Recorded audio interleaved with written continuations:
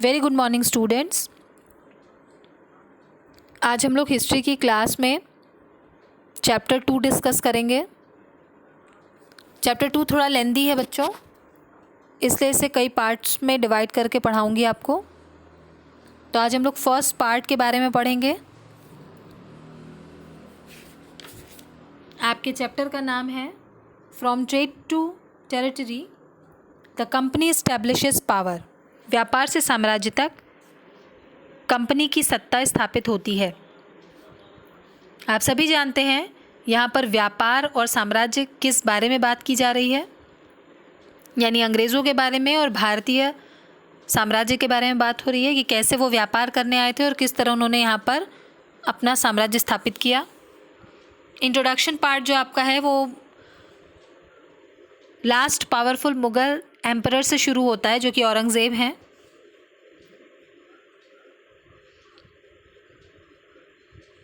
इन्होंने भारत के एक काफ़ी बड़े हिस्से पर अपना अधिकार जमाया था, काफ़ी लंबे समय तक शासन किया था और 1707 में इनकी मृत्यु हुई थी। इनकी मृत्यु के बाद कुछ चेंजेस हुए। Establishment of regional kingdoms, Mughal governors took over the control, several powerful regional kingdoms came into existence. बहुत सारे मुग़ल सूबेदार और बड़े बड़े ज़मींदार अपनी ताकत दिखाने लगे। उन्होंने अपनी क्षेत्रीय रियासतें कायम कर ली थी और ये रियासतें काफ़ी ताकतवर थीं। British arrival by the second half of 18th century resulted in, यहाँ पर ब्रिटिश अराइवल हम देखते हैं second half of 18th century में, जिससे क्या हुआ, इमर्जेंस ऑफ न्यू पावर, एक नई शक्ति उभर कर सामने आती है हमारे अंग्रेज़ों के रूप में। They came as a small trading company, वो एक छोटे से व्यापारिक कंपनी के रूप में भारत आए थे। And they were not much interested in occupying the different territories, वो यहाँ के क्षेत्रों पर अधिकार करने के लिए बहुत ज़्यादा इंटरेस्टेड, बहुत ज़्यादा परेशान नहीं थे, बहुत इंटरेस्टेड नहीं थे। After Aurangzeb the Mughals were only symbolic representatives. क्यों यहाँ सिम्बॉलिक रिप्रेजेंटेटिव का नाम लिखा गया है? इसलिए क्योंकि औरंगज़ेब वो लास्ट पावरफुल एम्परर था जिसको हम कह सकते हैं कि वो मुग़ल साम्राज्य को सुरक्षित रख सकता था, पर उसके बाद ऐसा कोई शासक नहीं हुआ और इसी वजह से इनके बाद के जो शासक रहे उनको सिंबॉलिक रिप्रेजेंटेटिव के रूप में कहा जा रहा है। किसके सिंबॉलिक रिप्रेजेंटेटिव? मुग़ल साम्राज्य के। And the last Mughal emperor was Bahadur Shah Zafar.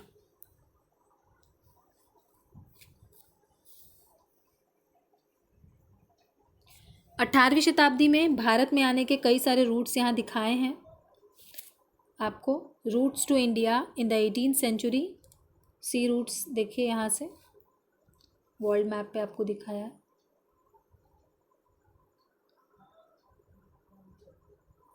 East India Company comes east. In 1600 the East India Company acquired a charter from the ruler of England Queen Elizabeth first, granting it the sole right to trade with the East. This meant that no other trading group in England could compete with the East India Company. 1600 में एक charter के through, charter वो किसने जारी किया था? Queen Elizabeth, जो कि इंग्लैंड की महारानी थी।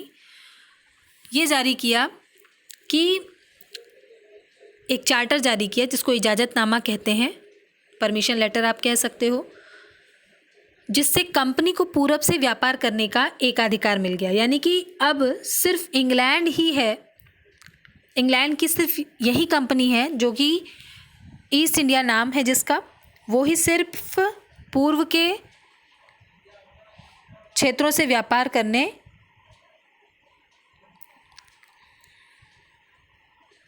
कर सकती है। इस चार्टर के थ्रू और क्या हुआ? इस चार्टर के थ्रू ये हुआ कि कंपनी समुद्र पार जाकर नए इलाकों को खंगाल सकती थी, वहाँ से सस्ती कीमतों पर चीज़ें खरीदकर उन्हें यूरोप में ऊंचे दामों पर बेच सकती थी। कंपनी के लिए सबसे अच्छी बात ये थी कि उसके पास कोई भी कंपटीशन करने के लिए दूसरी कंपनी नहीं थी, इसलिए वो चीज़ें खरीदती थी सस्ते दामों में और उसे यूरोप में महंगे दामों पर बेच सकती थी। उस समय में वाणिज्यिक कंपनियां मोटे तौर पर प्रतिस्पर्धा से बचकर ही मुनाफा कमाती थी। वाणिज्यिक यानी मर्केंटाइल। देखिए आपके यहाँ बुक में लेफ्ट साइड में लिखा है mercantile, a business enterprise that makes profit primarily through trade, buying goods cheap and selling them at higher prices, यानी कि सस्ते दामों पर चीज़ों को खरीदकर उन्हें महंगे दामों पर बेचकर मुनाफा कमाया जाना। उस समय ऐसा ही सिस्टम चल रहा था और इसी तरीके से कंपनियां सर्वाइव भी कर सकती थी। लेकिन ये चार्टर दूसरी यूरोपीय कंपनियों को पूरब के बाज़ारों तक आने से रोक नहीं सका, क्योंकि जब तक इंग्लैंड यहाँ पहुँचता उससे पहले 1498 में एक पुर्तगाली खोजी यात्री भारत में पहुँच चुका था। वास्को डी गामा, जिसने गोवा में अपना ठिकाना बनाया था। और यहाँ तक कि 17वीं सेंचुरी की शुरुआत तक हम ये भी देखते हैं कि यहाँ पर डच भी आ गए थे और धीरे धीरे फ्रेंच ट्रेडर्स भी यहाँ आना शुरू कर दिए थे। और इसमें प्रॉब्लम क्या थी? भाई कोई प्रॉब्लम नहीं है, अगर बहुत सारी कंपनियाँ व्यापार करती हैं तो फिर प्रॉब्लम क्या है? प्रॉब्लम यहाँ ये है that all the companies were interested in buying the same things, the fine qualities of cotton and silk produced in India had a big market in Europe. यहाँ पर जो बारीक सूती कपड़ा मिलता था, रेशम, इसके साथ ही साथ काली मिर्च, लौंग, इलायची, दालचीनी, ये सारी चीज़ों का यूरोप में बहुत मांग थी। और यूरोप के लोगों में ये जो प्रतिस्पर्धा बढ़ गई थी, जो कंपटीशन बढ़ गया था, इस वजह से भारतीयों ने भी अपनी चीज़ों के दामों को बढ़ा दिया और जो प्रॉफिट यूरोपियंस यहाँ से कमा रहे थे अब उसमें कमी आने लगी। अब सिर्फ एक ही रास्ता था इनके पास अपने व्यापार को सुरक्षित रखने का, और वो रास्ता क्या था कि अपने कॉम्पिटिटिव पीपल या जो भी राइवल्स हैं उनको ख़त्म कर दिया जाए। कैसे ख़त्म करेंगे? कंपटीशन ही ना रहे। ऐसा क्या करेंगे कि कंपटीशन ही ना रहे? तो उसके लिए इन्होंने क्या किया, उनके जहाज़ों को नुकसान पहुंचाया। उनके जहाज़ जो कि सामान से लदे हुए थे उनको रोक लिया, उस पर कब्ज़ा कर लिया, हमला किया। और जो व्यापार एक शांतिपूर्ण तरीके से होना था अब वो हथियारों की मदद से होने लगा।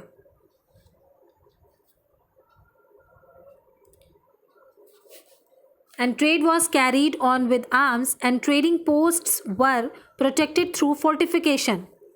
अब किलेबंदी को करके व्यापारिक चौकियों को सुरक्षित रखा जाने लगा। किलेबंदी आप सभी ने पहले के क्लासेस में पढ़ा है। फोर्टिफिकेशन, जो राजा होते थे वो अपने किले की किलेबंदी कराते थे ताकि अगर कोई भी आक्रमण हो तो उस किलेबंदी की वजह से राजा सुरक्षित रहे सबसे पहले, और जब तक वो उसको नुकसान पहुंचाए तब तक राजा तैयार हो जाए युद्ध को करने के लिए। तो ये किलेबंदी जो थी वो घेरेबंदी भी इसको आप कह सकते हैं, काफ़ी महत्वपूर्ण थी, जो कि अब इन्होंने व्यापारिक चौकियों को सुरक्षित रखने के लिए करना शुरू कर दिया था।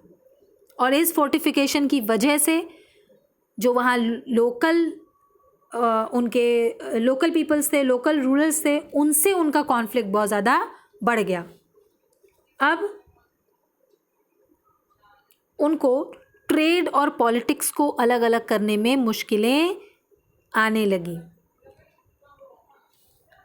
East India Company begins trade in Bengal.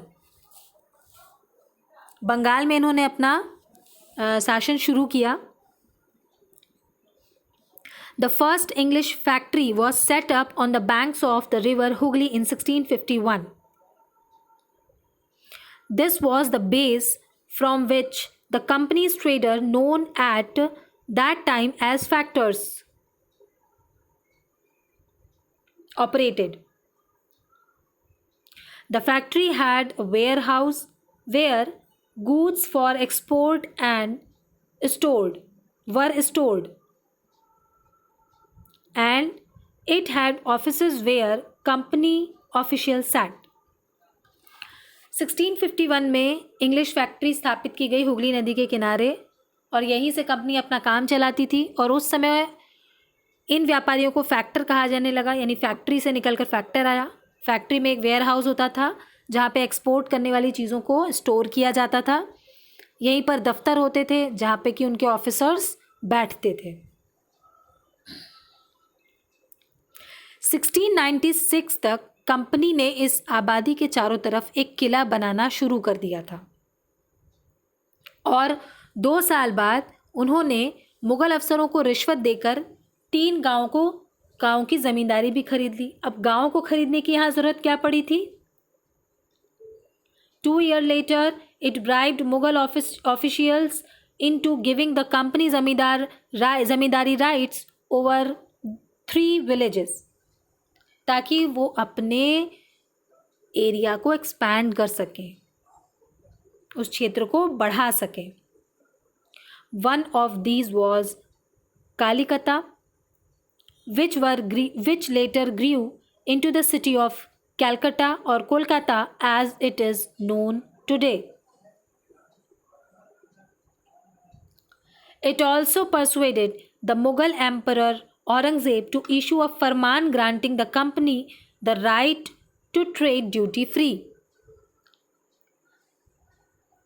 इसमें से एक गांव कोलकाता भी है, जिसको पहले कालीकता कहते थे, फिर बाद में कलकत्ता और अब इसे कोलकाता कहते हैं। कंपनी ने मुग़ल सम्राट औरंगज़ेब को इस बात के लिए भी तैयार कर लिया था कि वह कंपनी को बिना किसी शुल्क चुकाए, यानी कि जो हम लोग टैक्स देते हैं ट्रेड करने के लिए, बिना किसी टैक्स को दिए हुए व्यापार करने का फरमान जारी किया। फरमान को देखिए यहाँ पर राइट साइड में, रॉयल एडिक्ट या रॉयल ऑर्डर कहा जाता है। The company tried continuously to press more concessions and manipulate existing privileges, यानी कंपनी बार बार ये प्रयास करती रही कि उसको ज़्यादा से ज़्यादा छूट दी जाए और ज़्यादा से ज़्यादा वो फ़ायदा यहाँ से उठाना चाहती थी।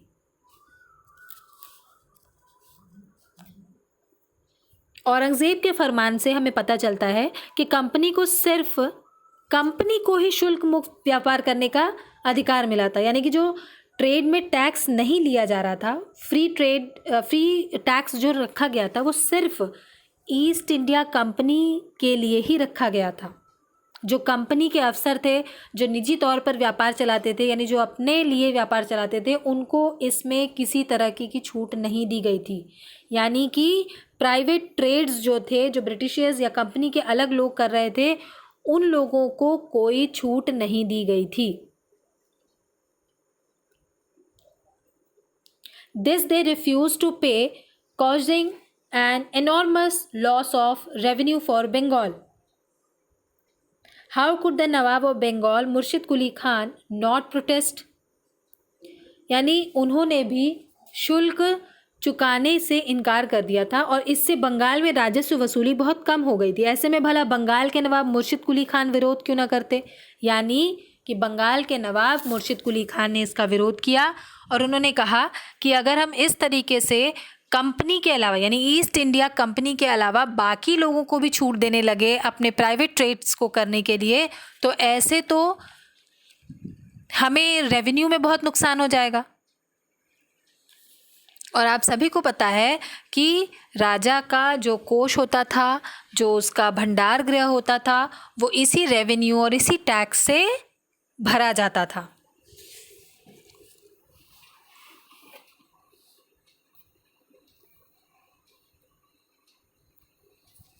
How trade led to battles. अब ये व्यापार युद्धों में कैसे बदले, इसके बारे में हम लोग पढ़ेंगे। Through the early 18th century, the conflict between the company and the Nawabs of Bengal intensified. 18वीं शताब्दी की शुरुआत में कंपनी और बंगाल के नवाबों का टकराव काफ़ी बढ़ गया था। औरंगज़ेब की मृत्यु के बाद बंगाल के नवाब अपनी ताकत दिखाने लगे थे। मुर्शिद कुली खान के बाद अली वर्दी खान और उसके बाद सिराजुद्दौला नवाब बने थे, बंगाल के नवाब बने थे। ये सभी काफ़ी शक्तिशाली थे और इन्होंने भी कंपनी को रियायत देने से मना कर दिया था, यानी कि छूट देने से मना कर दिया था।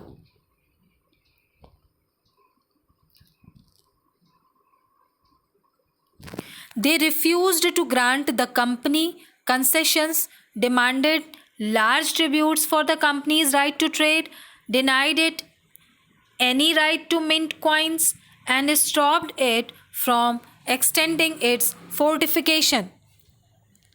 व्यापार का अधिकार देने के बदले उन्होंने कंपनी से नजराने मांगे। नजराने आपने लास्ट क्लासेस में पढ़ा होगा, 6 और 7 दोनों क्लास में नजरानों का जिक्र किया गया है, यानी कि उपहार के रूप में या कुछ तोहफा देना। सिक्के ढालने का अधिकार भी उनको नहीं दिया गया और किलेबंदी को बढ़ाने से रोका गया।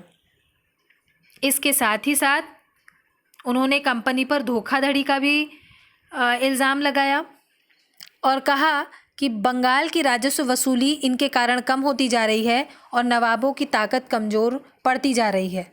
कंपनी टैक्स चुकाने को तैयार नहीं थी और उसके अफसरों ने अपमानजनक चिट्ठियां लिखी और नवाबों उनके अधिकारियों को अपमानित करने का प्रयास किया। अब ये तो रही नवाब की बात। कंपनी क्या कह रही थी? The company on its part declared that the unjust demands of the local officials were ruining the trade of the company and the trade could flourish only if the duties were removed. Company का कहना था कि स्थानीय अधिकारों की जो बिना मतलब की मांगे हैं उससे कंपनी का व्यापार खराब हो रहा है और कंपनी तभी अच्छे से व्यापार कर सकता है जब सरकार शुल्क यानी टैक्स हटा ले। इसके साथ ही साथ कंपनी को ये भी अब समझ में आ गया था कि अगर उसको अपनी स्ट्रेंथ बढ़ानी है, अपनी पावर बढ़ानी है, अपने लोगों को बढ़ाना है तो उसको और सारे गांव खरीदने होंगे। जैसे कि उन्होंने 3 गांव खरीदा था कोलकाता, जिसमें से एक था, हमने अभी पढ़ा है इसे। और इन गांवों को खरीदने के बाद दोबारा फोर्टिफिकेशन करना होगा। ये टकराव दिनों दिन गंभीर होते गए और आखिर में इन टकरावों का जो रिज़ल्ट हुआ, जो इसका रिज़ल्ट निकल कर सामने आया कॉन्फ्लिक्ट्स का, वो फाइनली प्लासी के युद्ध के रूप में सामने आया।